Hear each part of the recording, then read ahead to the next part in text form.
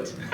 We are so excited to be here and have the Dapper Day Boutique for the first time ever here. We are just over the moon about it, and we are particularly excited about this particular presentation. Charles is so charismatic, he is so charming. We are just overjoyed and over the moon to have him in Florida doing a show about California. So, without further ado, the man, the legend, Charles Phoenix. Here he comes. Good evening and welcome, ladies and gentlemen, to the Grand Floridian Resort in Walt Disney World in Orlando Land. That's what I call it, Orlando Land, you guys. You think anyone would be mad? No. You know, it's so exciting to be here all the way from California because I thought it was going to be like Disneyland, which is plunked right in the middle of Anaheim, surrounded by everything. I had no idea that when you arrived at Disney or Walt Disney World, that it was going to be like you're on another planet. Like Disney Planet. Planet Disney. I know. In the future, you mark my words, there will be a planet when we do interplanetary travel. They'll buy a whole planet and the whole thing will be Disney Planet. Won't that be? I know. Anyway, so yes, a couple things before we get started. Yes, I am Charles Phoenix. You are at Dapper Day. You are stepping out in style. I know, and I love how you guys do it too, because you like walk in like you own the place. I know, so perfect. And how much do we love when you go out in the real world dressed Dapper style, and everyone's like, oh, look at them, oh, look at them. I mean, their brain fries out because they don't quite know like levels of excellence as you are showing them. I know, it's amazing, isn't it? So anyway, yes, and I'm Charles Phoenix, and this is the Retro Disneyland slideshow. So a couple things before we get started. I will tell you that I am a child of Disneyland. Oh. I was born basically on Main Street, USA. Actually, not quite, but I might as well have been because like when I was like 5 days old or whatever, my mom's like, okay, we're going out in the car and we're going to Disneyland, so here we go. And I literally grew up there, like millions of people, and like some of you have here, or Disneyland as well. But although I will say I've been to Disneyland like 67,000 times, I am not an expert on Disneyland. I'm a mere enthusiast. And but I have to say also that there's a couple weird things about Disneyland. It is the only place that I go with my family, but all the generations of family, and now, you know, all the younger kids, well, they're all teenagers right now, but anyway, it's the only place, it's the only family time we have together where everyone's kind of on the same playing field. It's not like Thanksgiving or Christmas or whatever when everyone gets together and certain people are in charge of certain things. At Disneyland, nobody's really in charge. Everyone gets to go on the rides and we all go together around and everything. So it is, to me, the greatest family time we've ever had all together. It's always the best. I mean, am I the only one, or do you guys kind of do that too? I mean, and I have to say thank you to Disney, to Walt Disney, for making that part of the great magic of our lives, is being there and having that like family time together. And then there's of course the times you go with friends. Whoa, I know, friends forever. I know. So then the other thing I wanted to say is, there was one other thing I wanted to say. So yeah, fondly remembered days of my childhood at Disneyland, love it. And I guess that's it. I already said I'm a mere enthusiast, not an expert. So we're about ready to get started. Now, it did say the Retro Disneyland slideshow, Retro Disneyland. The slides that you were about to see of Disneyland were taken by real tourists there in the 50s and 60s. Kodachrome slides. I collect other people's Kodachrome slides. I have forever. And I'm totally obsessed, and it's an amazing way for me to learn about history. I actually like looking at the pictures more than reading about it, because, I mean, you know, pictures, a great picture is worth 1,000 words. I go through about 1 billion before I get one that makes it to a slideshow, because a lot of people don't know how to take pictures, and they take pictures like, oh, that dirt! Let me unfocus the camera and take it of dirt. And so I go through a lot of that, but anyway, the ones you're gonna see are some of my favorites all time of Disneyland. I usually wear a fez while I sort through my slides and everything at the light table. Occasionally, I'll put on the old ears. And by the way, I don't know who the pattern maker is for the actual head part of it, but I could get caught in a typhoon and they would not blow off my head. It's like they're Velcroed on, but they're not. It's unbelievable, I know. That way you can ride them on any ride and no fear of, whoosh, oh no. There they go. Oh well, if they do, you can buy another pair. But anyway, so interesting, well maybe not so interesting, but I will tell you one night, 7:30 I got a call and this guy's like, hey dude, I made cookies of you. This guy called me up, 7 o'clock one night, and he said, hey dude, I made cookies of you. And I thought, well, this is strange, but okay. I want to give them to you tonight. And I said, I thought to myself, either I'm going to get murdered or cookies. I'll take my chances. So he said, meet me at the supermarket parking lot at 9 o'clock. I showed up there and I got this. And I'm like, dude, you're amazing. He goes, wait a minute, dude, there's more. I know. Well, how much do we love Disneyland? And I will tell you that this performance today, the Retro Disneyland slideshow, is brought to you by Dapper Boutique. And it's also brought to you by my brand new book, Addicted to Americana, celebrating classic and kitschy American life and style. There are just a few copies left, so if you're interested, I have a few here after the show. It is $35 without a signature, 30 with. And I'm also proud to tell you, Sir Charles of Phoenix, my brand new clothing line, collaboration with PinUpGirlClothing.com. This is something that kind of was a big surprise to me, and I will tell you, I did not dream up the name Sir Charles of Phoenix. What happened is that, okay, might as well get it out in the open. A year ago, I had the flu and I had a show to do. So I went to do the show and everything. I got through the show just fine. Then afterwards, as I was greeting people that came to the show, oh, so nice to meet you, all of a sudden I'm like, uh-oh, I'm not feeling well. Oh no. Boom, I passed out. I know, have you ever passed out? Well, anyway, so I hit the ground. When I hit the ground, I actually came to. And I'm like, did I pass out? Did I pass out? And there's this guy right here and this other guy right here. And they go, dude, are you okay? Dude, are you okay? And then I'm like, and he goes, the one guy on this side says to me, oh, by the way, you mentioned during the show you're going to have a clothing line. Do you have a name for your clothing line? I'm like, just passed out. And he said, I have a name for it, Sir Charles of Phoenix. I said, that's a great name, call 911. And that's how the name came to be. But there are 3 different honeymoon sets available. This is in the Calypso Castaway print. And there's Doris Mayday right there. She's inside there. And she'll suit you up. And here is the honeymoon hideaway print. The car is the all-new for 1954. Coupe de Ville by Cadillac. I know. And then there's the deep sea dive print. Speaking of the deep sea dive print, if you had that on, it would just be perfect more than ever, anytime, anyway, every day for you to go here. This is the Citrus Candy and Jelly Factory. Before we get to Retro Disneyland, you guys, we have to see just a little bit of Florida, because of course, coming from California, being in Florida is like, you know, it's like a symphony of wonders all over. I mean, inside or outside of Disney World, there's so many amazing attractions to see. I love vintage attractions. I love Homespun Family Run, and we'd be here all day. I could do a whole slideshow about Florida, but I'm just going to show you a few things. Have you guys ever been to Davidson of Dundee, Citrus Candy and Jelly Factory, Visitors Welcome Tours, Sam Gift Shop? It's not too far from here. The specialty of the house, voila! Isn't that gorgeous? I know.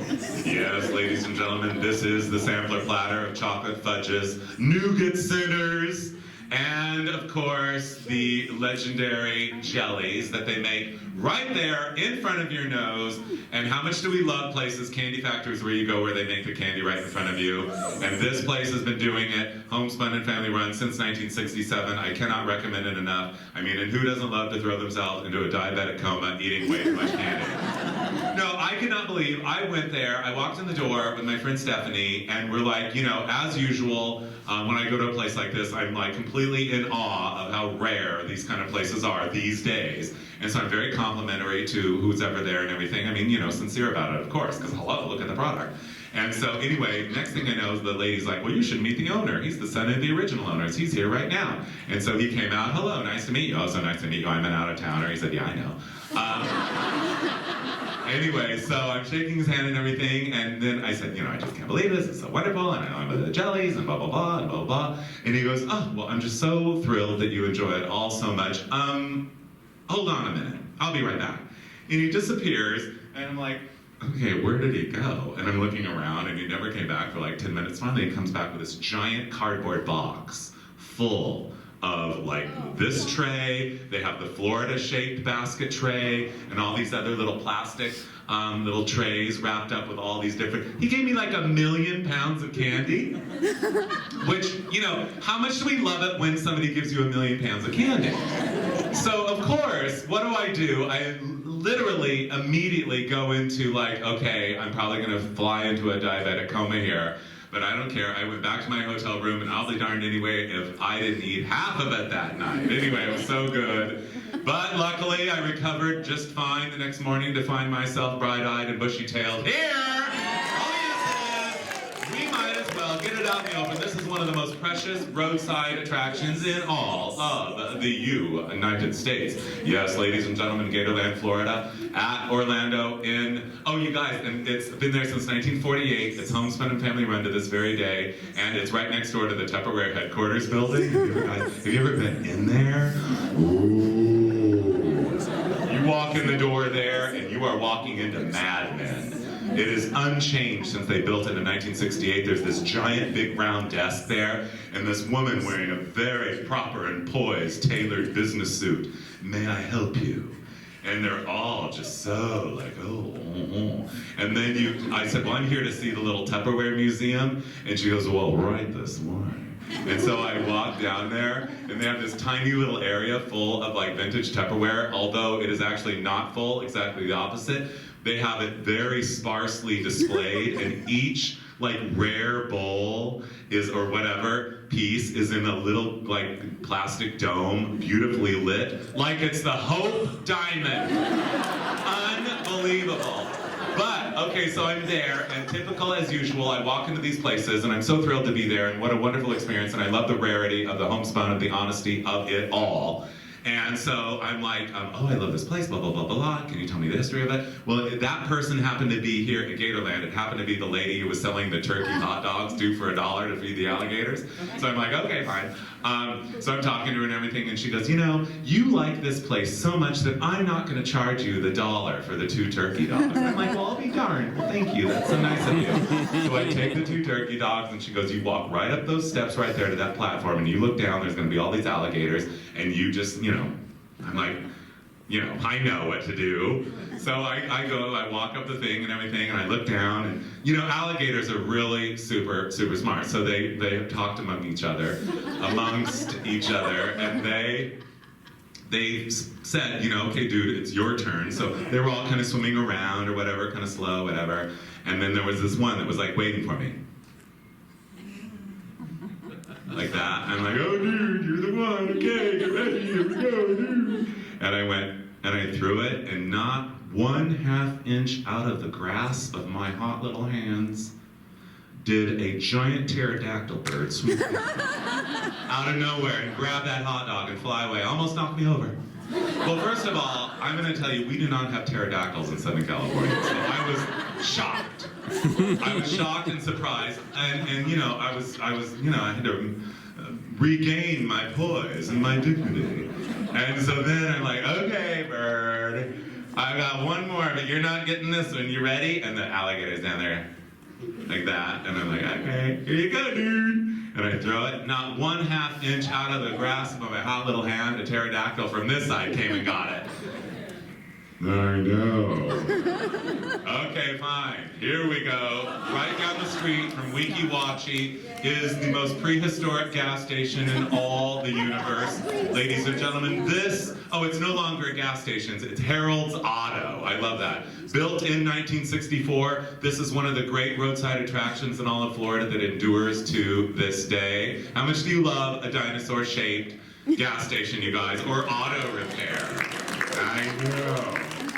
Yeah, so we love these places because they are unique and they give a sense of place to a space. And nowhere else in the world are you ever going to go and find one of these. So we love to travel to places and see what's unique about that place, not like what's the same as where we came from. You know what I mean? I know. Speaking of unique, where do we begin?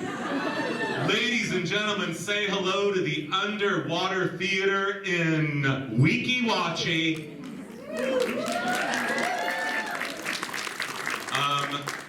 That was a little weak, okay? Weeki Wachee, you guys, Weeki Wachee! How seriously much do we all love the legend, the landmark, the world-class national treasure that is Weeki Wachee. That's what we're talking about for 71 years now. The lovely ladies have been doing underwater ballet for our wondering eyes, and we respect and revere every single one of them from the beginning of it till now. They're all amazing and heroes to us for entertaining us in such an unusual and athletic way, although with total daintiness in every whirl and every swirl of those mermaid tails. I know. So I couldn't believe it though when I was there, only the one time I was there. First of all, I'm sitting there going like, I so can't believe I finally made it here. I mean, you guys, I know. I mean, I'm just like you, Phil, when you're there. But but what was weird is here come the girls and they do their, and then all of a sudden out of nowhere, here comes a little turtle that swims into the scene and does like 3.5 minutes of the routine with them. Like he knew exactly, like he'd been watching for 3 weeks ago. I think I can join in now, and he did it. The audience went mad. It was magical. Speaking of magical, this is a picture of a miniature boat in a diorama at Silver Springs. At Silver Springs, you guys know Silver Springs? Again, behold the glory of the great Floridian roadside attraction. Few compare to the legend of Silver Springs, for it has been welcoming people to see the water underneath with those glass-bottom boats since 1878. I know. I mean, just imagine 1878 people going like, whoa, I love that. I know, just like us. I mean, the thrill of seeing water below you, it never goes away, not even yet. But anyway, when you're there, go on a boat. They look similar to this, not this bright or whatever, but they have the portholes up top and everything. Oh, I know we all love portholes. And the other thing is when you go inside the lobby, look for this very large, about as big as this stage, kind of, it looks like an aquarium kind of thing, and you look in and it's this unbelievable diorama that they still have there that's from like 1960 or whatever. Just thought you might want to know that. To those of us who love mid-century modern design and style, for those of us who love Googie style, not Google, Googie style architecture, which is the epitome of outer space age style of the mid-century style, this is the Southgate Shopping. This is the marker of the Southgate Shopping Center in Lakeland, Florida, and it's been there since 1957. And yes, you guys, how many of you have seen this? Yes. Are you aware of the fact that this is more than a local landmark? Yes. This mid-century modern masterpiece is a world-class national treasure, for it symbolizes the optimism of the space age era. Long may it stand. Wait, you guys, am I right or wrong? Come on, look at it. Look how big it is. It's so enormous that you can barely fit it into the frame of your little camera. And look, there I am, like feeling like I'm 1 inch tall next to it.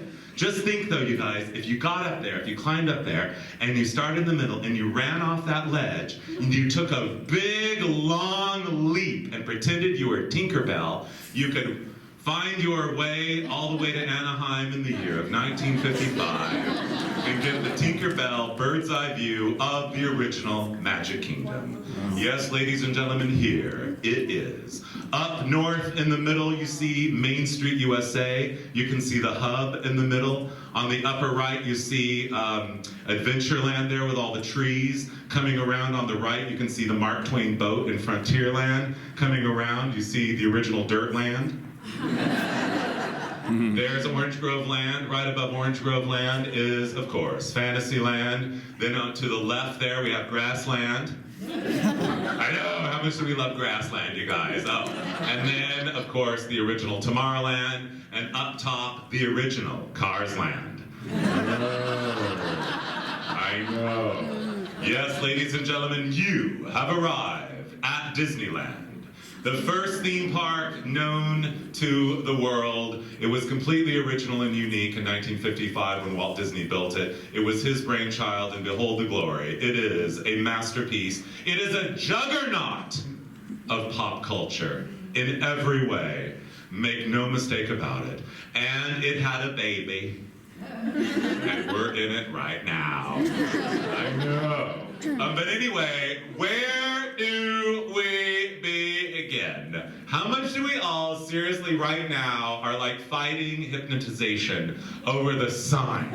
Isn't it gorgeous? Don't you love the reverse colorway of having to put those blocky letters on there and then the back side of them become a color? That's creative design genius. How much do you love that it takes 6, 7 posts to hold the whole thing up? And those fake flags flying in the fake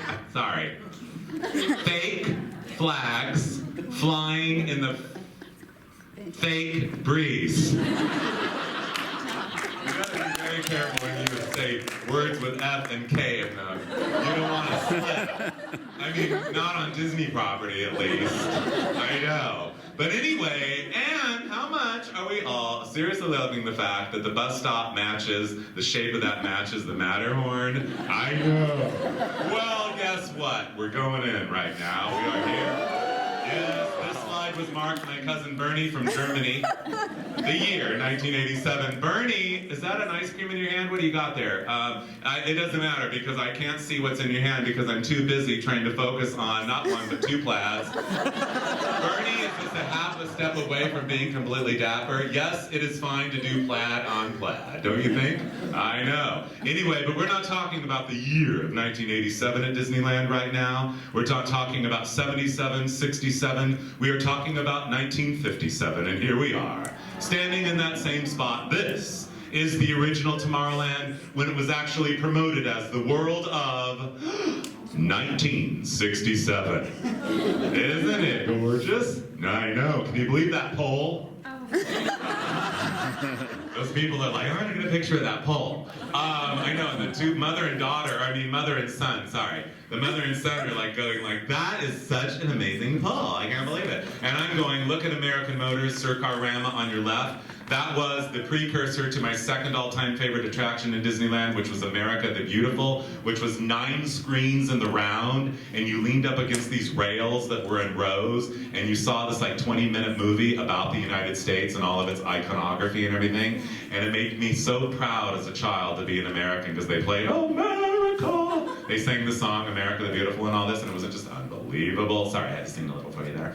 But anyway, it was really great and all that and everything. And then on your right, Monsanto's Hall of Chemistry, which was a walkthrough exhibit that showed us how beautifully the chemicals were going to improve our lives. And then, of course, in the background, the TWA rocket to the moon, and the clock of the world is ready for its close-up. I love the guy there. He's like, yeah, take my picture.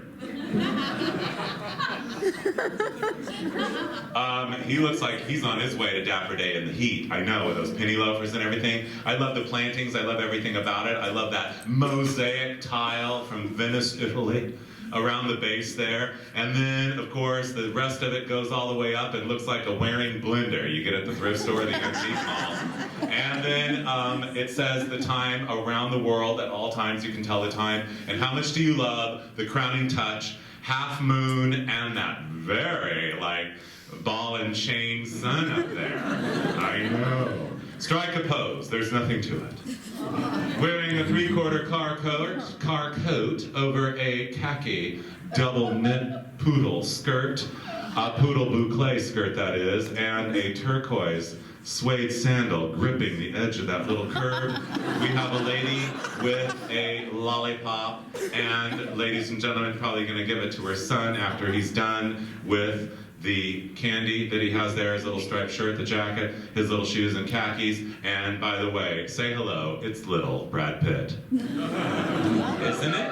I know. And the tour continues. Yes, we are here. This is the iconic, legendary landmark TWA Rocket to the Moon. This was the centerpiece and the crowning touch of the original Tomorrowland. Howard Hughes, the legendary Howard Hughes, was then the CEO of TWA. He said, that's fine, Walt Disney. I will give you the money to build the rocket and put our name on it. It can go in Tomorrowland just as you're hoping. Fine, we're gonna do it. But he said, you have to build me one too. Another rocket, a second one to put on the roof of TWA headquarters in Kansas City. So he built it. Walt Disney had two built. One went to Disneyland. That one got bulldozed in 1967. But the one in Kansas City wound up, after a few years of being on the roof at TWA, it wound up at a trailer park in rural Kansas City. And so I went there to find it at the trailer park, but first I stopped at the Airline History Museum just because, a long story, but anyway, so I go to the Airline History Museum,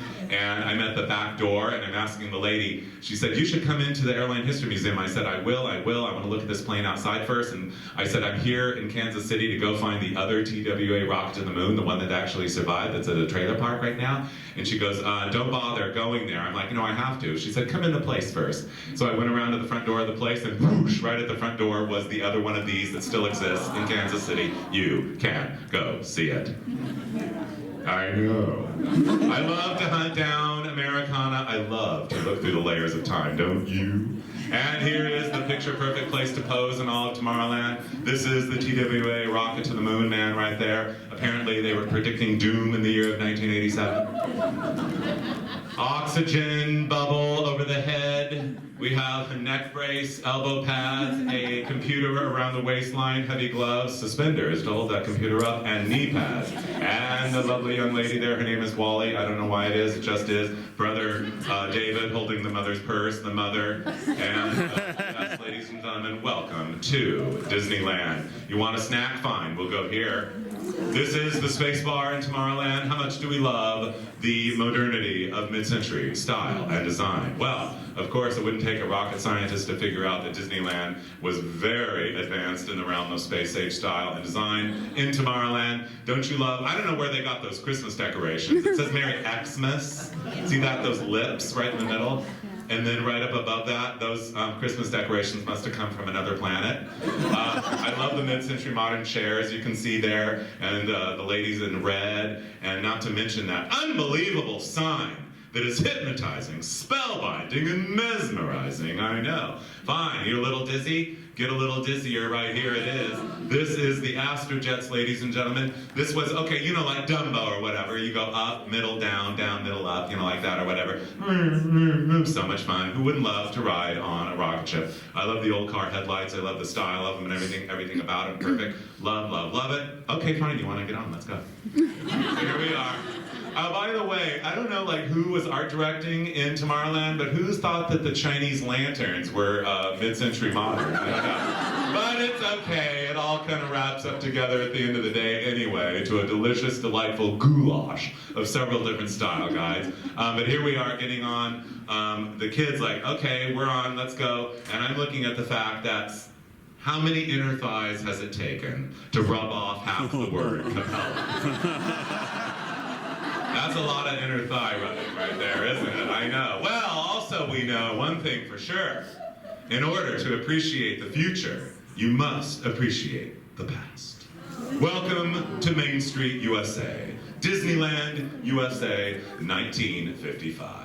Yes, ladies and gentlemen, this is the picture-perfect view from the train depot of the picture-perfect world, the castle in the distance, and over there on the far left, on the up above, is the Emporium shop. That is the great souvenir shop in all of Disneyland. I will never forget when I was 14 years old. It was the first time I ever went to Disneyland without my family. There were 6 of us. And as we were walking out that night, we're like, oh, it's such a good time. Oh, you guys are awesome, friends for life. You know, like you do when you're 14 or whatever. And then all of a sudden, boom, stopped right in our tracks. Debbie Johnson, the leader of the pack, turned around and said, we don't have any souvenirs. We can't leave without souvenirs. And we're all like, oh, well, where did I spend all my money? I don't have any money. Everyone said we spent all our money. Debbie Johnson said, that's never stopped me.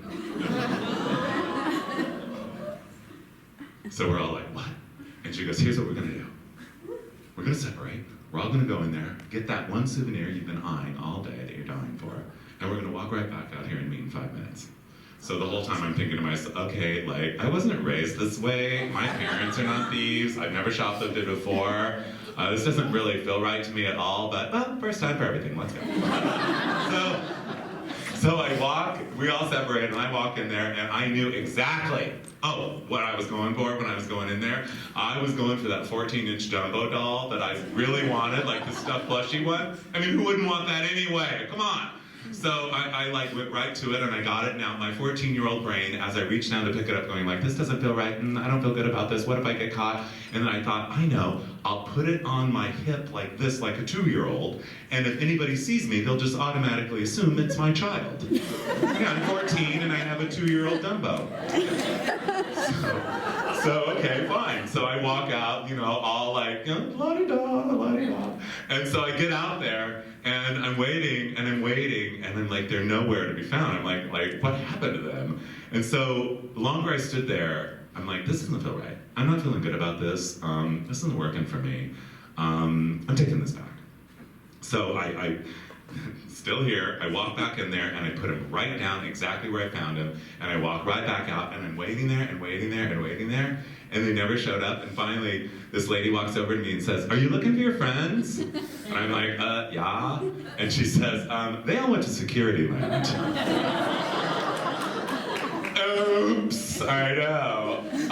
Okay, you guys, here we are at the very heart, the foot of Main Street, on our way to the castle, which you see there up at the top. And we have 2 young men, Mr. Carshirt and Mr. Seersucker, powder blue with lipstick red trim. Anyway, of course, wouldn't you be too slightly distracted, like, look over here, son, I'm gonna take your picture. No, there are so many things to look at. Where do we begin at the amount of distractions at Disneyland? I know. So, by the way, I love the fact that this is the #1 prime spot, the focal point in all of Tomorrowland, right there, that little patch of ground. Let's not pay any attention to the landscaping there. Let's just throw something you brought transplanted from home and a little fence there. Like, hope no one trips over it or whatever. I love that, don't you? I thought so. Well, you guys, guess what? There were naysayers. In the beginning, some people said Disneyland will be an immediate failure and it will never succeed. No one will ever want to go there. Well, in reality, in the beginning, according to the legend, there were a few lean days. As a matter of fact, it looks like here, this was the day nobody showed up. I know, how rare, how wonderful would that be? I know, it's all parked to yourself. The Bobby cop's like going, where is everybody? I will tell you, according to the legend, that the Disneyland City Hall there, which is still there and looks exactly like that to this day, Walt Disney appointed the Imagineer. He said, okay, you're gonna be the one that's gonna do the City Hall. Okay, fine, so 2 weeks, I wanna see it or whatever, according to the legend. And he comes back 2 weeks later, and the Imagineer actually presented a picture of, or a drawing of his hometown City Hall, Fort Collins, Colorado. Walt Disney never had any idea that he built a replica of Fort Collins, Colorado's City Hall. And I'll never forget as a child, it was always a tradition. We always had a Mickey Mouse pancake for breakfast. And I understand now there is no place to get a Mickey Mouse pancake here at Disney World. How can that be?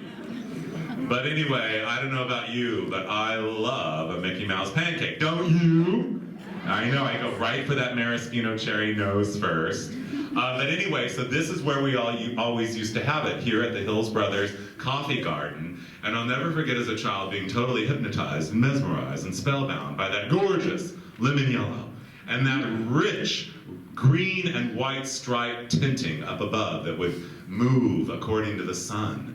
And I love looking out and going like, the trash can is color coordinated. Look at the sidewalk that Kodak told them to paint pinky terracotta color so it would reflect up and make everybody look warm and glowified as it does these people right here. And I love the one in the little lavender outfit, like,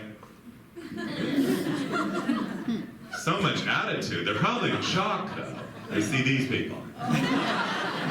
Yes, the basket purse was very popular in 1958. And we have the corsage. I love the hat, too, the basket hat. And then we have the lady with the gloves, like she's going to give Disneyland the white glove test. Doesn't she know there's not a speck of dust anywhere around there? I know. And then we have the Shriners wearing their fezzes. And I just wonder if maybe that picture did not inspire something.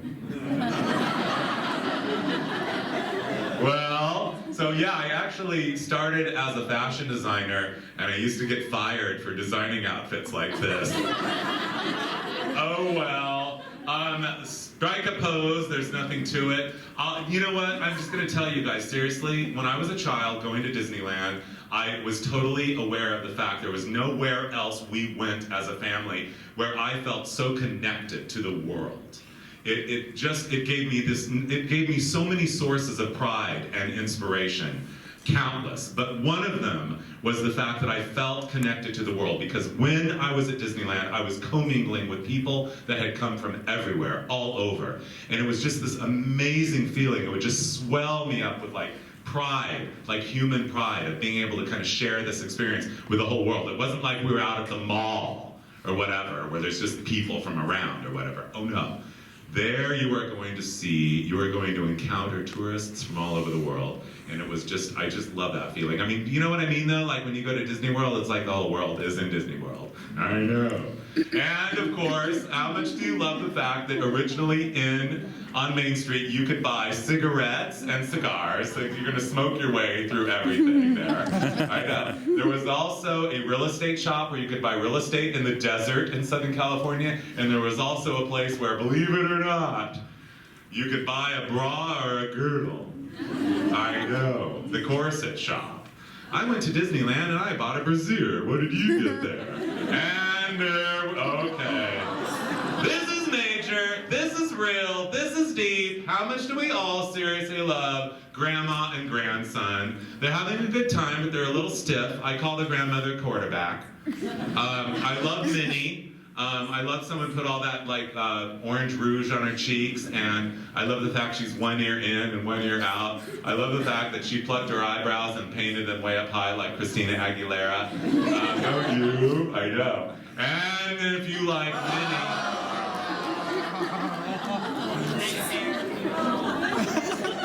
like, excuse me, like Mickey, are you the real Mickey or are you the fake Mickey? I know. Like, Minnie, how could you be so picture perfect? What happened to your boyfriend? Even his buttons are crooked on his little trouser pants. I know. And then like one of the three pigs is like going, I know my lower body is a little weird and I'm a little embarrassed to be standing next to Mickey, but... I know. Uh-huh. Oh yeah, Main Street USA, this is an action shot. Well, this is the fire wagon and it's in a big hurry. Disneyland's on fire. Oh yes, it is. I want to know, you guys, okay, seriously, like, what kind of wood is this? It has been burning since 1955, and the cabin still hasn't burned down yet. I know. And then there's this guy, there's a murder has taken place. Please call custodian, or the coroner, or somebody that starts with the letter C to clean this up. Shouldn't be seeing these things. I wonder who did it. Uh-oh. Look, you guys, this guy looks just like Lou Diamond Phillips. I know. I love his red leggings and everything, and his little mini skirt slid up to the waist on both sides, and his tom-tom drum, keeping the rhythm with his microphone in his hand there. And he is keeping the rhythm for Indian Village, where they do where genuine Native Americans do Native American dances there from 1955 to 1972. And among the enthusiasts in the audience, we have Little Red Riding Hood twice, dressing alike at Disneyland. Very important. Why collectively as a society we all turned our backs on dressing alike, I will never know. But my Sir Charles of Phoenix is his and hers sets, by the way. They're called honeymoon sets. But we're not talking about honeymoon sets. We're talking about, I will never forget as a child, watching these dances. Of course I was mesmerized by them. I loved everything, the native dress, the style and all that and everything. And to see the dances, but they would, at some point in the 3/4 through the way the presentation, they would like go and drag people in the audience in. And I was always standing there trying to like go back because I did not want them to drag me in there, for I have no rhythm and I cannot dance. So luckily I backed up successfully every single time and I never got in there. Strike a pose, there's nothing to it. Afterwards, the people there at Indian Village will strike a pose with you, and here we have Daddy-O, and I don't know her name, but I sure do like her little ensemble, don't you? Timeless classic in every way, every day. I love the fact that one side of her little kerchief around her neck is blue and the other is white. That's like creative design genius. I don't know her name, I just call her Daddy Longlegs. I know. And then I love, in Frontierland, I love the people, like dressed up. They are not wearing vintage. They think it's 1932 still. I love that. These people are so stylish and they're like doing, what's going on here? I know, it's like they have never seen anything like this. Nobody had ever seen anything like Disneyland. This was not an amusement park, this was a theme park, a total immersion environment. The whole experience was completely outrageously new and exciting in 1955. And then, oh yes, as a child, it was always a tradition. We always went on the pack mule ride. Of all the attractions at Disneyland, it was the least costly to operate.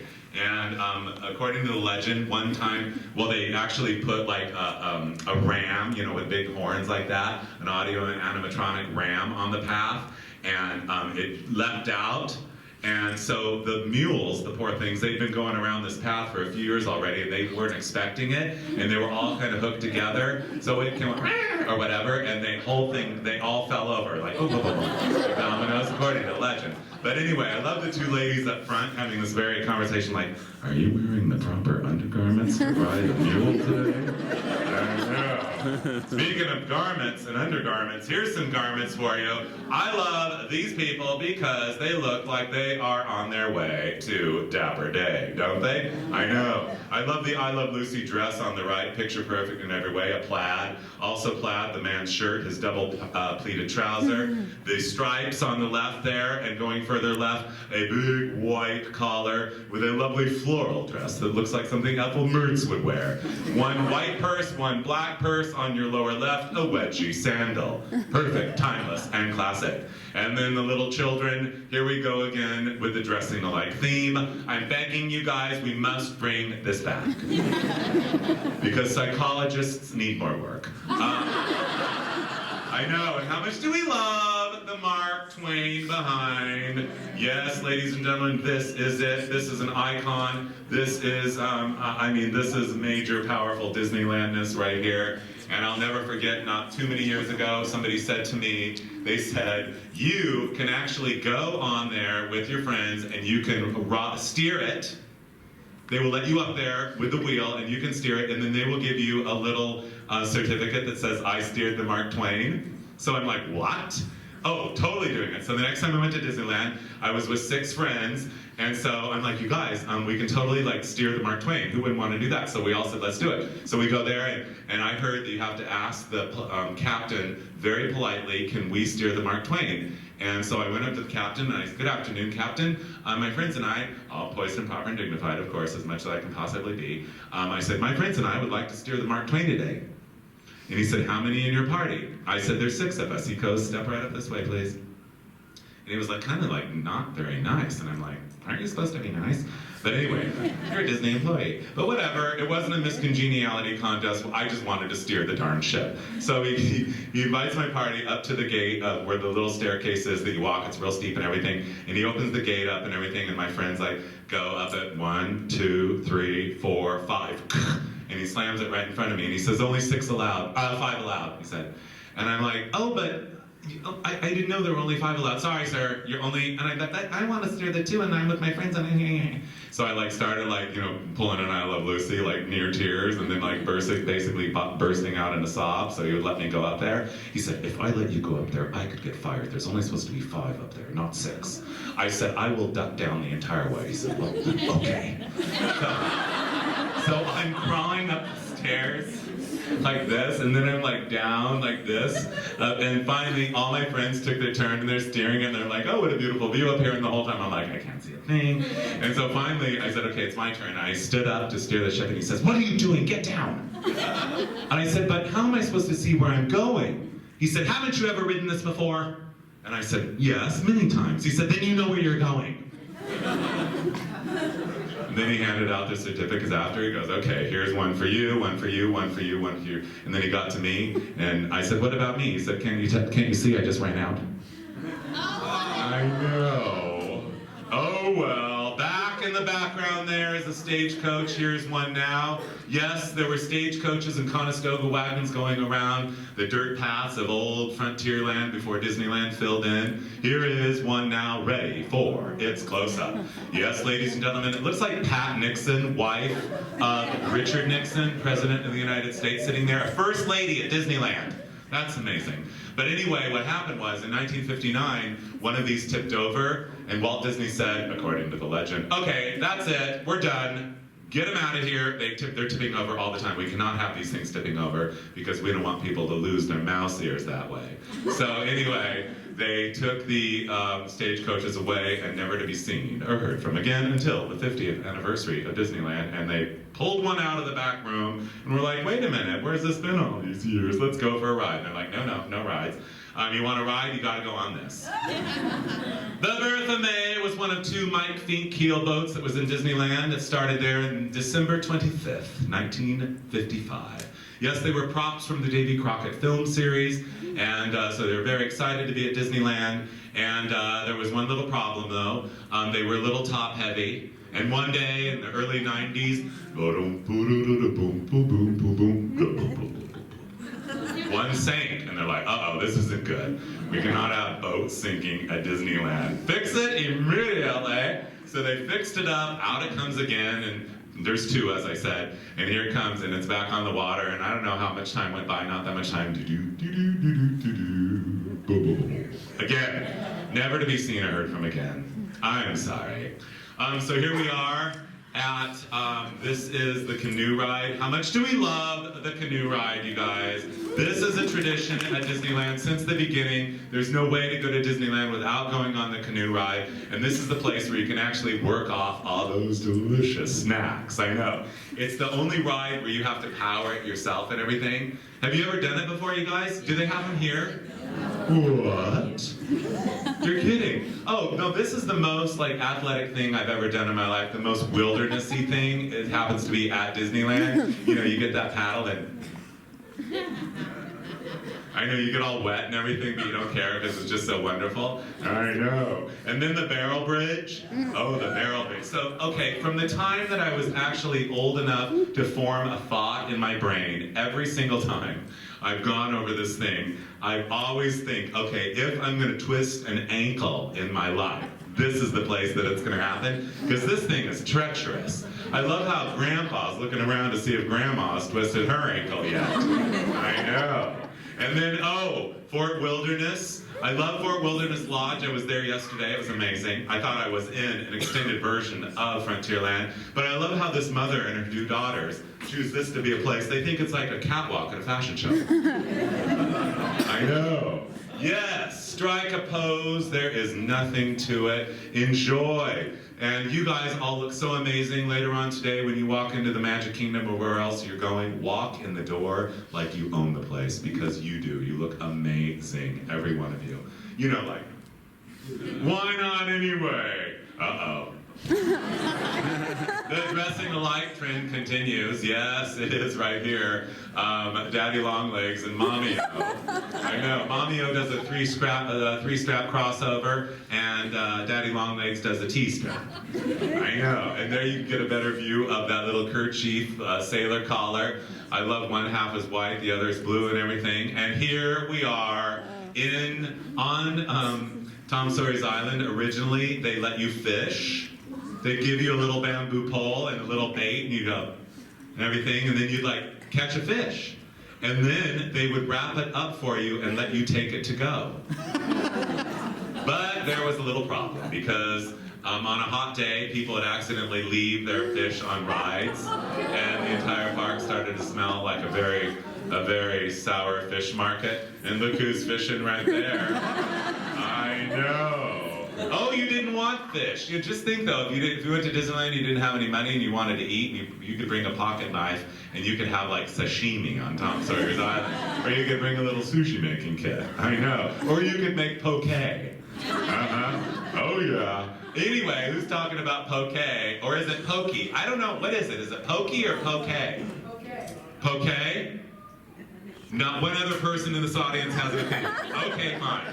But anyway, we're not talking about pokey or poke or anything having to do anything about that. We're talking about hi, I am the Frito Bandito. Casa de Fritos. Fritos were invented in Texas in 1937. The word Frito is a marriage of two words, fried and tortilla. And it was here, ladies and gentlemen, where they serve authentic Mexican food, not, that they invented America's favorite snack food, according to the legend. Yes, one fateful night in the year of 1964, the manager in the restaurant here, according to the legend, said, wait a minute, you guys, this isn't good. I don't really feel right about throwing all these corn tortillas away at the end of the night. We gotta do something with these. We gotta somehow figure out a way to serve them. He said, I have an idea. Why don't we cut them up in 6 pieces and deep fry them and toss them in taco seasoning. Voila, the Dorito was born.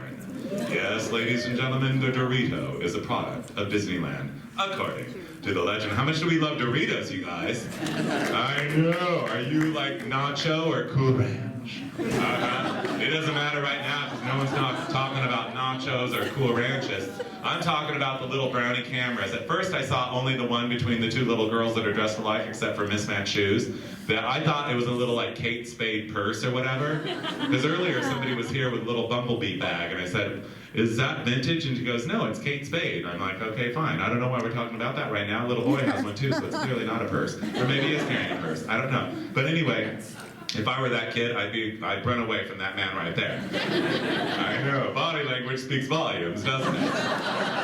Speaking of body language speaking volumes, here we are inside the Golden Horseshoe. This is the Golden Horseshoe Review, ladies and gentlemen. Let it not go unsaid right now that this particular cast of characters right here performed this show more than any other one single cast ever performed any other show ever anywhere in the history of the known universe. So this cast right here is the most performed cast of the same show ever. For that, we say thank you. We say you are heroes to us, and you guys all look amazing. And yeah, like for 1 billion times that lady lifted up her skirt and showed her black last pant. She was like addicted to it. Like 9 times. I know. Okay, fine. Train ride. One thing that boggles my mind about Disneyland and Disney World is the amount of, moving parts. Really? How many moving parts are there here? Oh, don't ever think you could ever count. There aren't enough numbers in the world. Moving parts, like look at this little train right there, all those little moving parts on it. This is the Nature's Wonderland Railroad, and it was there from 1960 to 1977, I think. And you went around the old trails around the Conestoga wagons and the stagecoaches that kept tipping over. So they turned it into this fake world of like nature and everything, and it was really wonderful. And this is the part right here where there was this big rock teetering right here, where it was like maybe gonna fall on you, but it never did. I know. And this is the day that everyone on the right had to wear red to match the conductor. And here we are and the paint pots and everything going through and all that. How much do we love paint pots? Then there was this part of the ride where you went through the dark ride part of it, where you went through and there was rain. It was called Rainbow Caverns, and there were these waterfalls, and each level was a different. It was all black in there, except each level of the waterfall was a different rainbow color. Oh, it was magical. Black light. How much do we use black light? I know. Anyway, the ride continues. We're done. Sorry, we're done with the ride. Yeah, there it says at Nature's Wonderland Railroad. I wonder if those ladies actually knew they were sitting in the Beaver Valley. I know. Okay, you didn't want any more like wilderness or whatever, Frontierlandness. You want Adventurelandness, fine. You love Exotica, no problem. You have arrived. This is it. You're here. Hello, Adventureland. Lady, like, you want to snap up that attitude a little. You're like, not too happy to be there, but we are. Oh. How much would you seriously love just 5 minutes to race through and see all of those vintage things that are available for sale? The one thing that I do not see here that I distinctly remember as a child, they used to sell shrunken, can't even speak, sorry, I think I just had a mini stroke.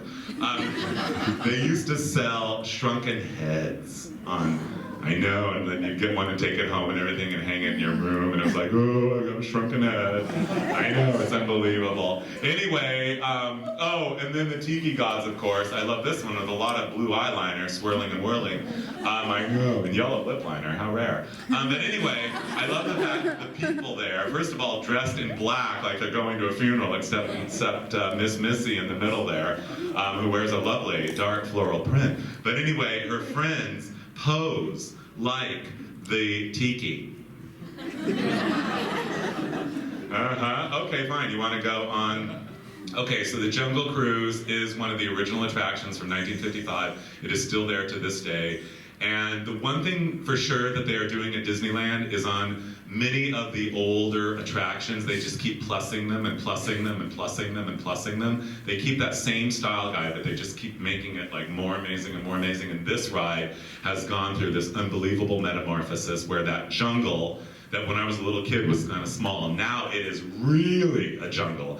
After how many years? How many years old is Disneyland now? 63 years old. It is in really jungle form. So to ride this ride is absolutely amazing. This would be the Yangtze Lotus. I love the striped canopies with a scalloped edge, don't you? Well, anyway, they did away with those like 20 years ago or whatever. I mourned for a little while and then I got over it. Nothing ever stays the same in this world, nothing. Now, when I was a kid growing up, I'll never forget, when I was 18 years old, we go through the elephant pond area, and I thought to myself, you know, I'm 18 now. I've ridden this ride a million times, and we have almost gotten wet every single time. Still not wet. I still haven't gotten wet. What are the odds? So then I distinctly recall I was 22, and I was riding the ride, and I'm like, wait a minute, duh, dude. You're such an idiot. You fell for it all these years. You're never going to get wet. No, all those years, I thought the odds were stacking up against me, and pretty soon I was just going to get completely wet. Duh! But I love when I fall for it. Don't you? And then there's that moment you feel like you're such a fool because you didn't realize you were falling for it all those years. Oh, well, never mind that. Oh, yes. Here it is, the omnibus. Now, what I heard, and I love that trash can on wheels, don't you? I know. Anyway, I heard from the guy, Bob Gurr, who designed the omnibuses. There are two of them at Disneyland. They debuted there in 1958.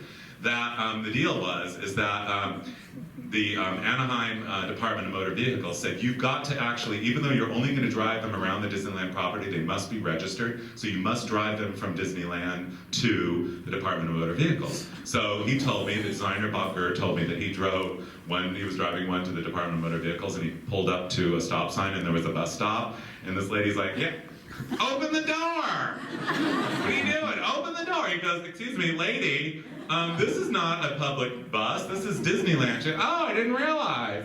Hello! I know. Cutest thing ever of all time, have you ever? I know, isn't this? Who is the creative design paint matcher genius that was able to get the background of this to almost match the asphalt? I know. It is absolutely unbelievable. Oh, you didn't want to be Dopey? No problem. How about you wanted to be Pluto's playmate? I mean, wait, you guys, bring these back! How much would we all seriously love to see these there, wouldn't we? I know. Also, you guys, the Art Corner was a store in Tomorrowland where, according to the legend, they sold original cells from like Bambi and Dumbo and Pinocchio and movies like that for like $1 hair. I know, shocking, isn't it? Speaking of shocking, here it is now. The centerpiece, the crowning touch, the iconic legendary landmark, Sleeping Beauty's Castle. Built in 1955, anticipating the movie that came 4 years later, of course. It was originally a walkthrough, and then, 20 years ago they said, nah, no more walkthrough, no one's going in anymore. But then about 10 years ago, somebody said, oh yeah, we should make it a walkthrough again, so you can walk through it again and see all these little dioramas and everything of Sleeping Beauty. It's pretty unbelievable. You guys would love it, of course. And how much are we loving the fact that Brad Pitt grew up a little bit and he already met Jennifer Aniston? I know, there they are now. Yes, they are, but we're not talking about that. We are talking about this. Where do we begin? How much do we all, seriously, not joking around, love Fantasyland? Isn't it? I know. I don't know about you, but I just love the whimsy of it. I love the color of it. I love the spirit of it. I love every single thing about the fantasy of it all, of Fantasyland. Every time I'm there, I'm just like completely rejoicing my soul, going like, I can't believe at this moment, right here, now, in my life, I'm standing here. Do you do that too, you guys? Like, there are moments in our lives, some are better than others, but when I have those moments at Disneyland, there's like little sparks in my head that going like, this is a special moment now, right now, and you just kind of acknowledge those moments and you savor them and you hold on to them and the people you're with and everything. It's so much fun. I know. Okay, sorry, I got carried away. But do you feel that way too, you guys? Yeah, I know you do. Anyway, how much do we love living in a world where if we want to, darn it, we can spin around on a giant teacup that is spinning around on a wheel that is spinning around on another wheel. Oh, that's some good stuff right there. Here they are now, ready for their close-up. Each one is a masterpiece of style and design, exquisitely rendered in the perfect shape. And I also want to talk to you about how much do we love the color theory of Mr. Toad's Wild Ride. I believe you. I know. It's so, I want to have an outfit in all those colors. I want to be Fantasyland. So anyway, but the thing is, that was a building behind there, but all that color you're seeing back there is, that's all canvas tinting on the front, because they couldn't quite afford to build out the buildings originally. But in 84, they redid it. But who's talking about that? That was Mr. Toad's Wild Ride. In line for Mr. Toad's Wild Ride, this slide was marked Sue and Beanie's Girls. Apparently Sue was a seamstress, and she made her 4 daughters they all got the same little jumpsuit with the convertible collars at the front, sleeveless, self-tie belt. I hope they get to ride the wild ride with those 2 gentlemen behind them. It will be a wild ride. Speaking of a wild ride, here's one right now. Looks like Brad Pitt's growing up a little bit. And how much do we love the Disneyland balloons, the Disney World balloons? How much do we love the balloons, you guys? I know. It's one of those things, my eyes never tire of seeing them. And I love the way they used to look. Look, you can see the one up on the top there. The ears and everything. I mean, that's just shocking. But anyway, I'll never forget as a child, I always was so mesmerized and partially hypnotized by the balloon guys that would pull out that red string and never even a hint of a tangle. Yeah. If I even looked at that, that would get tangled. I know. And anyway, but I also remember as a child, every day during the summer, going to Disneyland, we would have to, at 3 o'clock, we couldn't be on an attraction. I almost slipped and said ride. Oops. We couldn't be on an attraction because we could not miss when they would let go of a zillion, million, trillion balloons at 3 o'clock in the afternoon. The whole sky above Anaheim would fill with balloons. And you'd watch them as they kind of wafted away. And we'd be like, oh, that was such a moment. Like, how much do we love seeing all those balloons fly away in the sky? That was amazing. And then we'd go on about our business, having no idea that the poor roadrunners in Arizona thought when they burst and fell to the ground, this was a little snack. They'd eat it and drop dead. Yeah. So finally, Arizona calls up Disneyland and says, excuse me. That'll be the end of the balloon in the sky program, please, because we don't want to lose our roadrunner population. Okay. And then they're like, I'm sorry. So anyway, according to the legend. But anyway, yeah, I know, it's unbelievable. Speaking of unbelievable, right near the restrooms, we have this guy wearing a skull cap, powdered to match the white of his face, and a little tiny fascinator hat with little teeny tiny fake fruit on it. And he would bend down, and he would make little children wonder, why are you blowing a balloon in the shape of a toilet seat around my head? This is not right. This doesn't feel good to me at all. And then that poor little boy, not a few minutes later, would have to greet a little monkey. Now, I have nothing against monkeys. I love animals. How much do we all love animals? And monkeys are among them. But anyway, I know. But anyway, I'll never forget, not at Disneyland, but at Knott's Berry Farm. I don't remember the monkeys at Disneyland, but at Knott's Berry Farm, I remember the organ grinder man. He'd be like, do this thing, whatever the music. And he'd reach down, he'd grab chalk out of his hand. He'd stop playing the music for a minute, and he'd have the monkey, and he'd reach down and get some chalk out of his hand pocket, and he'd draw a big circle in the ground. And everyone would gather around and be right behind that big chalk circle, and he'd play the organ music, and the little monkey would walk around the circle and take $1 or a quarter or a dime or whatever from everyone. What a great way to make a living.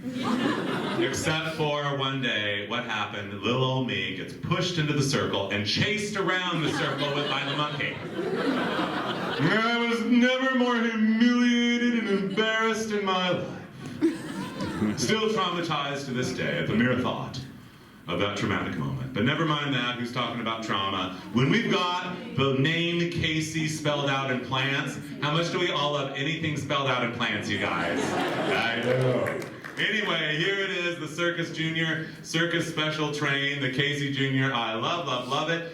This is still there. According to the legend, parts of these train cars were actually made from real merry-go-round parts and everything. And of course, the most desirable one to sit in is the jail one, like the lion cage one, because we human beings want to feel what it feels like to be behind bars in jail. And here is, this is just a picture-perfect face right there. Look at that face, just look at it. Look at that fabulous face. I mean, I just love that just kind of like demure happiness. Simple, easy, polite. It's just kind of the whole demeanor of everything. It's just the level, I'll speak for myself, but I'm sure you guys all share. There's this kind of just happiness that boils up inside when we're here in the realm of the Disney world. And they've had it since day one. And does this face say it? And don't you love that geranium color with that perfect turquoise? I know. Anyway, who's there? It's the grandson and the quarterback. I love the quarterback is like apparently trying to lure someone in. I know the grandson's all like cool now and everything, and I love the fact they do not have trash at Disneyland, only waste paper. Oh yes they do. Speaking of waste paper, we're not talking about that right now. We are talking about, this is the Storybook Canal Ride. I have been on it, and I love it because who doesn't love miniatures? I know. Well anyway, I've also been to Europe, and I will tell you, Europe looks just like this. So the thing is, you guys, if you don't want to spend, like from LA, it's 12 hours to Europe on a big jet plane. If you don't want to spend 12 hours or however many hours it takes to get there from here, like 10 or 8 or whatever it is, no problem. Just go to Disneyland and look at this, and you have been to Europe. But who's talking about Europe right now when we've got buckets going by? There they are now from 1956. The buckets were there until the mid-1990s. Now, what you are seeing here, the buckets went from Tomorrowland on one side of the park all the way over this this post holding them up, this apparatus thing holding them up, and then back down to Fantasyland. So they went all across the park, from one side of it to the other. And then Walt Disney apparently looked up there one day and went, "That is so like, ugh. We have got to cover that up. What are we going to put there? How about we build the Matterhorn?" And there it is. Yes, in 1959, the Matterhorn was added to Disneyland. Behold the glory of the Matterhorn. I will tell you that if you are not in Disneyland, it is the one thing, well, now there's a couple more things, but back in the day, it's the one thing you could see from the freeway driving by Disneyland. So every time we weren't going to Disneyland and we were driving by on the freeway, we'd all be like, "There it is, we're not going." I know. But anyway, how much do we love the fact that we see Disneyland here in October of 1965, when the original round buckets were being replaced with the square buckets that remained there until the mid-1990s. Now, I am also aware of the fact, I have been told by very reliable sources, that indeed the Skyway was the best place in Disneyland in case, back in the day, you wanted to enjoy a little medical cigarette. This was the place you could actually like puff and it would all waft off and no one would be the wiser, and apparently a lot of people partook. I love like Grandpa and his new girlfriend, Little Bo Peep. Aren't they amazing? I know. Anyway, the tour continues. Originally, the Dumbos were going to be painted pink, but then right before the opening, some people said to Disney, like, "Wait a minute now, pink elephants actually are a symbol for drunkenness, and we don't want to really have drunkenness represented in Fantasyland, so they had to paint them gray." And the other thing were the ears. Had little motors and went up and down as they flew, but like a couple days after the park, the little motors kept open, the little motors kept on burning out, so you'd get like, or whatever, so Walt Disney said, "Just stick them in the up position and let's just be done with it, all right?" And there it is. And in the background, you see it right here, "Ask any mermaid you happen to see, what's the best tuna?" Ooh, I like that. Anyway, yes, here it is. We are hypnotized, mesmerized, and spellbound by those striped sails, candy striped. Look at those umbrellas. I know, I love, like, I don't know what's going on. There's like a Bermuda Triangle of three people here. Like, dude, I can't believe you wore the same thing I did to Disneyland. How dare you? I know. Like, what's going on? I have no idea. But I do know that as a child, this is where we always ate lunch. They had two things on the menu: tuna burgers and, yep, hot tuna pies. Hot tuna pies. Can you imagine if they had hot tuna pies on the menu here? People would race out of Florida. I know. And also, I love there, it says, Rico the talking parrot on board at all times. They had a bird, a parrot that would go around on, like, you know, the pirate would have him here or on his hand or whatever, and he would say, "Oh, how do you like your hot tuna pie?" I know, it's unbelievable. Anyway, darn it, shoot. I will tell you that here is, okay, on the very far left there, you can see the Chicken of the Sea mermaid waving. She was at the front of the ship, and in 1984, when they said, well, the tuna boat is completely rotten, it's been eaten by termites, it's going to fall over, and besides, we're remodeling Fantasyland, why don't we just bulldoze the whole thing, except we have to save her, because she's gorgeous. So the people from Disney came, and they unbolted her or whatever, and they coddled her in her hand, wrapped her in a nice blanket, and took her and to the flatbed of a truck and buckled her down. And as they were driving to from Anaheim to Glendale, which is 30 minutes on a very crowded highway, well, they didn't realize when they got there, they're like, "Oh no, what happened? She's gone." She fell off on the freeway, shattered into smithereens. Oh well, I know. And Skull Rock, picture spot. I love the picture spot from Kodak. Thank you, Kodak, for all the picture spots. Skull Rock also went bye-bye, but in my mind, it's still there. I love Captain Hook. I love the outfit. I love Mr. Stripes Man, and I also love the fact that Walt Disney's only transgendered character, Peter Pan. I know, I never understood as a child, why can't they just hire a boy to play Peter Pan? But apparently I didn't understand labor laws, so I just thought there was this cross-dressing going on. Okay, whatever. And then, I have heard from reliable sources that the people who are the characters have to endure so many things, so many hardships. They get poked, prodded, punched, slapped, elbowed, everything. I mean, called names. I just can't believe it. Look at this guy, cannot resist walking by and squeezing one of the 3 pigs. I know. So to all of those people who play the characters, we thank you. And by the way, let it not go unsaid, we're not all pokers and prodders and punchers of you. Some of us, most of us, are not that at all. Most of us, whenever we see any one of you, our whole being, from the tips of our toes, our whole beings fill up with thrill and joy. Don't we love seeing them, you guys? It's like rock star, better than rock stars. Oh, I mean, every time I see Minnie or whatever, my entire soul does like an opera inside.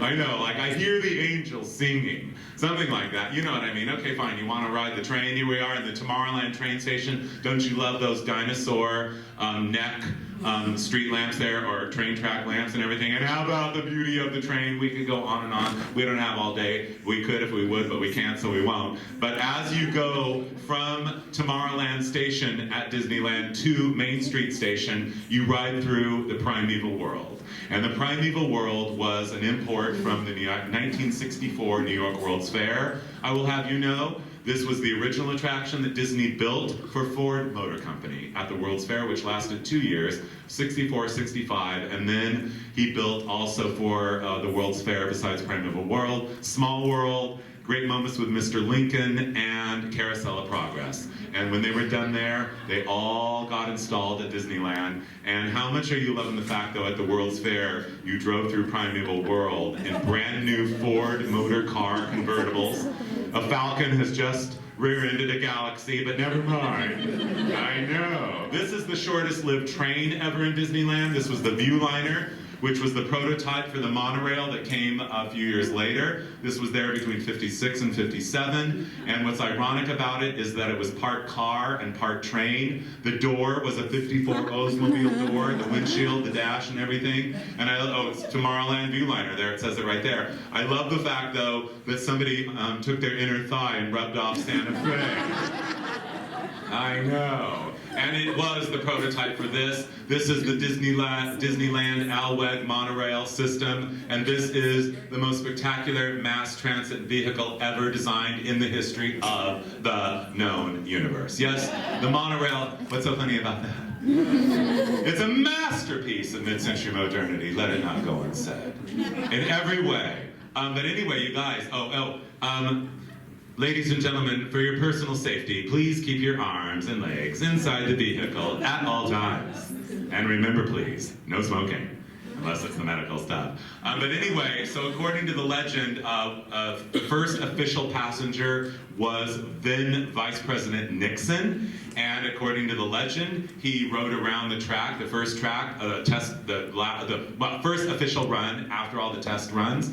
And Walt Disney was very nervous because it was the first time that it had ever gone around the track without catching on fire. Because the technology was brand new at the time. Here it is now in all of its glory. You guys know how it is because you have your monorail here and we love seeing it go by. It's always a magical moment.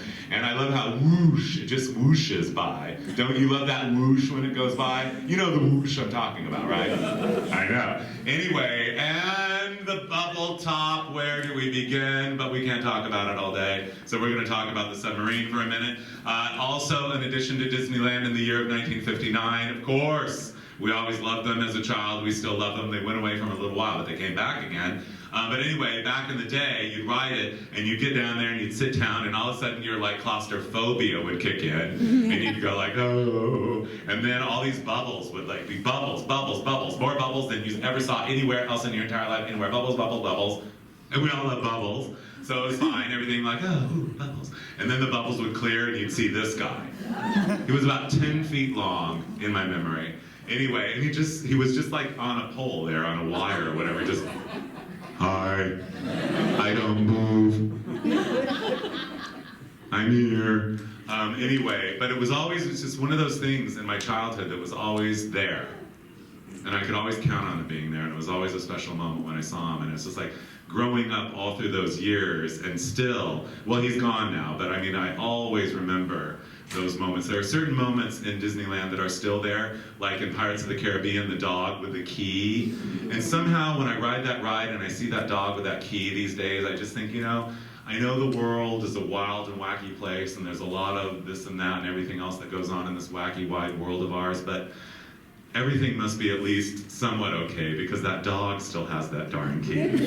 So, I mean, it just kind of gives me hope. Okay, we're pulling in to the Disneyland Hotel, no parking, this space reserved for Hotel Tram, and the 1955 Pontiac sitting there. But never mind that, we're talking about the erector set mid-century modern style of the Disneyland Hotel. Behold the glory of this glorious, those I-beams.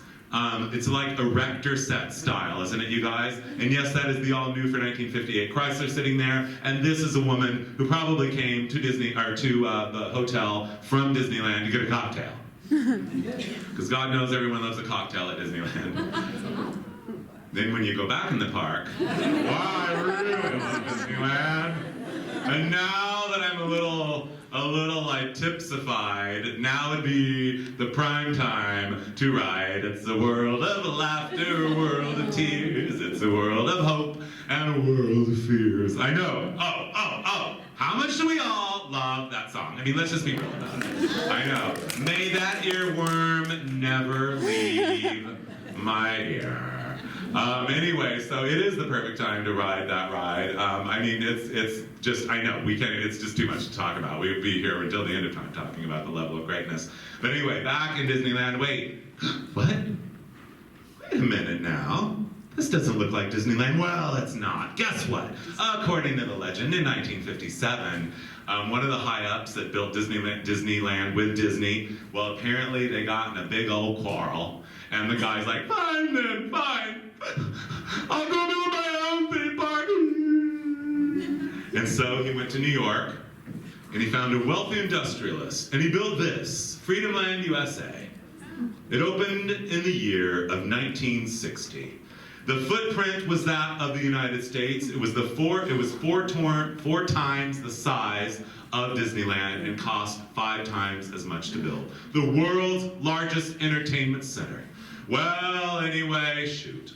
They ripped off Disneyland quite a bit. The canoe ride, and this is the American, not the Mark Twain. I will have to say that I do like the orange paddle wheel, don't you? I know. Anyway, this is their Indian village. This shows the struggle for landscaping.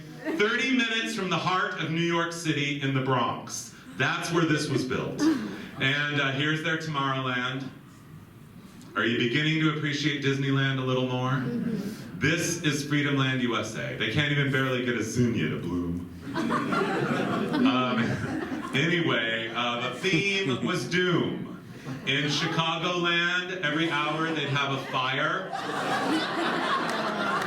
And then they'd have a fire sale in the gift shop. In New Orleans land, they had a tornado ride that would blow everyone to smithereens, and Mom's hairdo would ruin it. And then in San Francisco land or whatever, they had the earthquake ride, so it didn't go very well. And after just 4 short years, they closed their doors permanently. Yes, ladies and gentlemen, and this is another wannabe ripoff, Bible Storyland, to be built by Donald Duncan, who was made very wealthy from the Donald Duncan yo-yo. You remember? Does anyone know a Duncan yo-yo? Yeah, the Duncan yo-yo, and Jack Haley, the Tin Man or whatever he was in The Wizard of Oz. He and him partnered up and wanted to build Bible Storyland, and it was, look at the footprint, in the shape of a heart. I know. Anyway, total like rip of Disneyland or whatever. Here is the Jungle Cruise. I mean, excuse me, the Garden of Eden. I know. And then, of course, the Peter Pan ride. Instead of Peter Pan, it's called Ride to Glory. Yeah, well, they could call the Peter Pan ride that, because it is. How much do we love the Peter Pan ride? I know. Oh, wait, where did we begin? But anyway, I know the little cherubs and everything all trying to be happy, and then the mom and the child, not sure if that's a boy or a girl, it's a girl with sideburns, but anyway, I know. Anyway, they're not too happy about it, but anyway, we're not going to hang out at Bible Storyland anyway, because we can't, because it never got built. Oh well, we're busy right now. We're back in 1987 at Disneyland, except it's actually 1957. We have modern art in the window. We have unfolded fortune cookies as shades there on hairpin posts there, and the Astro Jets were going round and round, and Daddy Longlegs welcomes us back. Daddy Longlegs, someone needs to tell you, if they haven't told you today yet, you are awesome. I know. Anyway, Mr. and Mrs. Tomorrowland, picture perfect in every way. I love Mrs. Tomorrowland's cape with that shocking pink lining, that superhero cape, and right across here, in case someone in your family doesn't know where they are, says it right there for them, a reminder, you're at Disneyland. I know, this is the shortest lived attraction ever in the history of the park, up until like the 90s, I think. But anyway, this is the Phantom Boats. They came in white, black, pink, and turquoise. They kept breaking down, and there were 2 passengers for every 1 ride operator, and the poor things couldn't quite, the lawnmower engines in them couldn't quite hack the long work day, so they were rid of after just a year. This is the most popular and most enduring attraction in all of Tomorrowland. This is the Autopia. This is where everyone in Southern California, and probably here too, this is where you actually really learn to drive. So the whole time you're in driver's ed, you're like, I got this. I've been driving my whole life. I know. I remember as a small child not being old enough, tall enough. I was like, please, I'm waiting for the day when I can drive Autopia. Finally the day came. And how much fun, how much do we love the little Autopia cars. Yes, the little fiberglass bodied European sports car wannabes were not treated well in the beginning at Disneyland, because Walt Disney and his Imagineers had no idea that people were going to want to treat them as bumper cars. So after a couple weeks after the park opened, the entire fleet was either damaged or destroyed. So they had to be rebodied, and they added the little bumpers or whatever and everything. And then 2 years later, in 1957, they came out with these new Autopia cars. I love that Disneyland script in chrome across the front. Where is one of those right now? And I love the 1957 Buick bumper guards that they ordered from the Buick factory and bolted on the ends there. And I love the fact that, again, we have people at Disneyland in the 50s that think they're in 1932. I know. And I love the fact the lady on the right oddly reminds me of my friend Glenn, but that's another story. So bumper cars in Tomorrowland. Here is the bumper car, flying saucer ride. It wasn't democratic though. If you were too heavy, you just sat there. If you were too light, you flipped over on your side. Yes, it looks like Grandpa really wants to do some bumping. I love to live in a world where you can see the house of the future and 3 pigs walk by. That is magic to me, yes, but we're not talking about the 3 pigs right now. We are talking about, ladies and gentlemen, this is the house of the future. Behold the glory of this, a mid-century modern masterpiece of the highest order, for ironically, more than 60 years later, it still looks futuristic. Anyway, it was entirely made of plastic according to the brochure, not a natural material in the entire house. It was a walkthrough exhibit that showed us all the wonderful ways that we were going to live in the future. Here's the dining room now. Apparently you have like one normal set of dishes, and then the rest of them are all miniature. In that little miniature chest of drawers over there. Don't you guys love that? No, how much do we all? It doesn't matter. Everyone loves miniature dishes. I know. You know, I think it would be fun to have a little dinner party and invite your friends over and just serve everything on miniature dishes. Like instead of a whole steak, just give them 1 piece or whatever. I know. Anyway, well, no. How much do you love, though, you guys, that after dinner, you can tell the lady, like, we'll just relax on one of those cushions over there while you go ahead and go to Dapper Day, because clearly you're ready. And I love the cushions right there. Take your choice, blue, purple, lavender, or yellow. Fine, you can listen to the music, because there's surround sound all around you. And see all the speakers? I thought so. Okay, fine. You want to relax in the living room, watch a little television? Who's channeling the 1970s with those dried flowers? I don't know. But I'm looking at that very sharp sculpture on that glass surfboard there, coffee table, the chair on the left, and the fact that if you do indeed want to watch the television of the future, that's fine, but you have to put the backs of your calves on the seat bottom there, the sofa, and lay your back down on that cut pile and look up. And go like, I love this futuristic giant television. I know. Okay, fine. Enough television. Time for bed. This is the boys' room. I'm not sure exactly what's going on here. It looks like somebody like messed the whole thing up for us. But he's got a lady in a tramp. He's got a jet fighter plane model, a princess telephone, a freeform sofa, completely and beautifully covered in plastic, along with 2 square candy corn pillows, also covered in plastic, as though the sight of a freeform sofa in orange and 2 candy corn pillows and squares caused him to wet his pants or something. I'm not sure what's going on, but we're not talking about that right now. We're talking about the glorious dodo bird print curtains. Aren't those timeless classics in every way? Yes, they are. Look through the curtains, ladies and gentlemen. This is the new Tomorrowland of 1967. Yes, it was in 1967. They bulldozed the old Tomorrowland, and voila, a new Tomorrowland. And here it is, and yes, it looks like someone's had a couple cocktails before they took this picture. We have Mary Blair murals. Mary Blair, we love Mary. Mary was Walt Disney's. He said she had the greatest color palette in her head of anybody. He loved her color theory.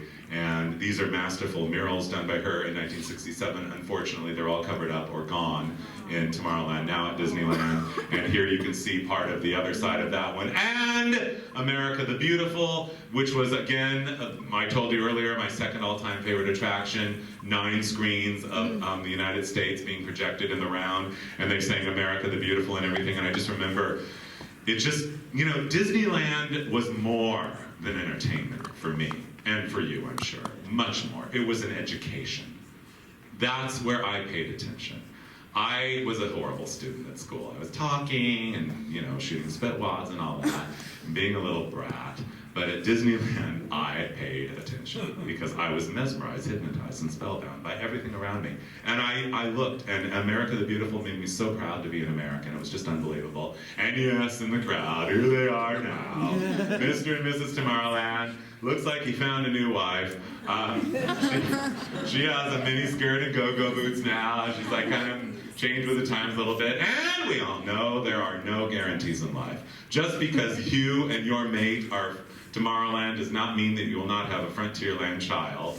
I know. And let's see, we got there the people mover. There it is. Here it is now. This is the new Tomorrowland of 1967. We got the rocket jets, the highway, the high-rise rocket jets, and they were fun and scary and wonderful. The people mover, slow, but we didn't care. It's long gone from Disneyland. It hasn't been there in decades. And then we see it all from my all-time favorite attraction.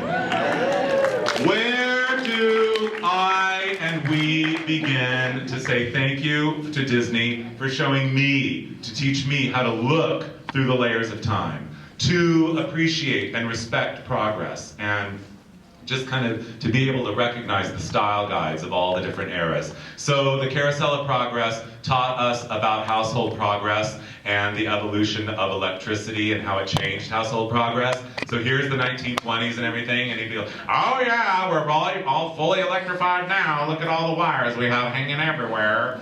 I know, and then here we are, beyond the year of 1973. Where picture-perfect audio animatronic, computer-operated robots, mannequins, sing and speak to us about the pleasures of household progress, where they have the picture-perfect view of the picture-perfect Epcot. I know. And they sing this song. There's a great, big, beautiful tomorrow shining at the end of every day. You guys know this song? There's a great, big, beautiful tomorrow, and tomorrow's just a dream away. Man has a dream, and that's the start. He follows the dream with mind and heart, and when it becomes a reality, it's a dream come true for you and me. So it's a great, big, beautiful tomorrow, just a dream away. You guys have been an awesome audience. Thank you, Dapper, for inviting me here. Thank you all for being here. Behold the glory of the almighty Disneyland. We have visited Disneyland. Thank you guys. You're awesome.